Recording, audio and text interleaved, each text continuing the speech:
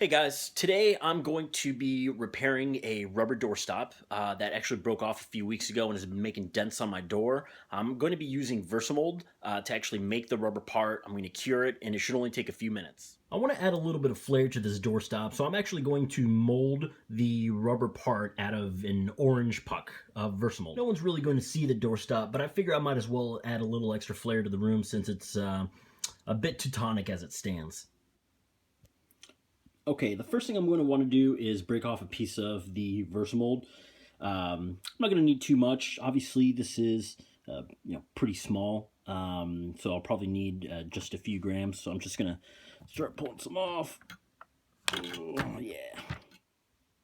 So I've got my piece of Versimold. I have it on this glass surface. It's actually a glass shelf that I have ended up not using it, so it's the perfect surface to actually start molding and shaping and rolling the product around, so it doesn't actually get stuck on anything like paper or obviously if it were rubberized, it'd probably have a good chance of sticking to that. But this is a glass surface, hard surface. You can use metal and it would work just as well.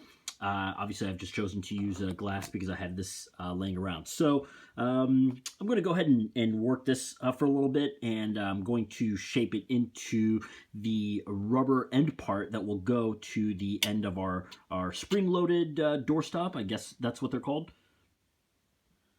So I'm going to roll this into the shape, and first I'm going to roll it into a ball. It's really, really simple to do. All right, it's pretty good. And then I'm just going to start kind of pushing it in,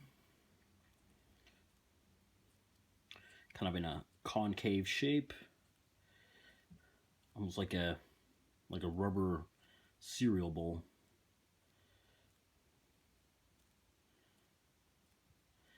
Just to make a hole, obviously big enough to put over the doorstop itself, but I'm going to stick this in here, and I'm going to kind of smooth it out and just kind of push it downwards a little bit.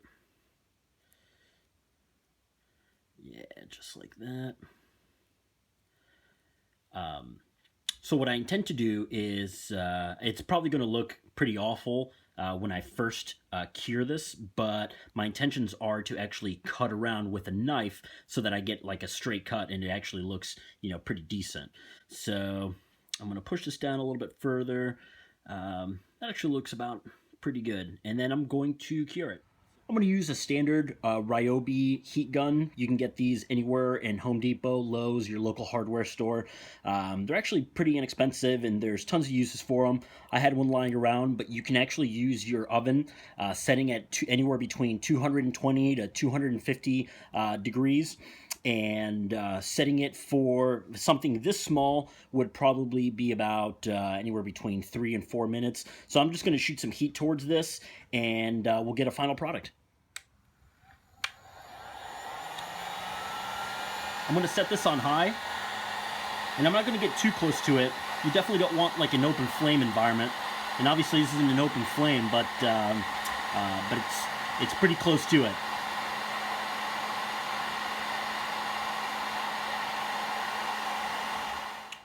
So I'm finally done curing it. I'm going to let it sit for about 5 to 10 minutes just to cool off, because it's obviously we applied such a tremendous amount of heat to it that every single part of this, including the metal, is just going to be extremely hot to the touch. Okay, I've let this cool off, and it's actually still surprisingly pretty warm to the touch. So now I'm actually going to cut around just so I can get kind of a perfect edge so it doesn't look too bad, and I'll have a finished product. So here's the finished product. It's certainly not the best. I did this in effectively less than 5 minutes, but as you can see, I easily cut the very end so that I have a straight edge. And I could obviously refine this a little bit more. In fact, I did do a white version using white Versimold, and it actually looks a little bit better. I actually took my time with that, and and I'm a little bit more pleased with the shape that came out of it.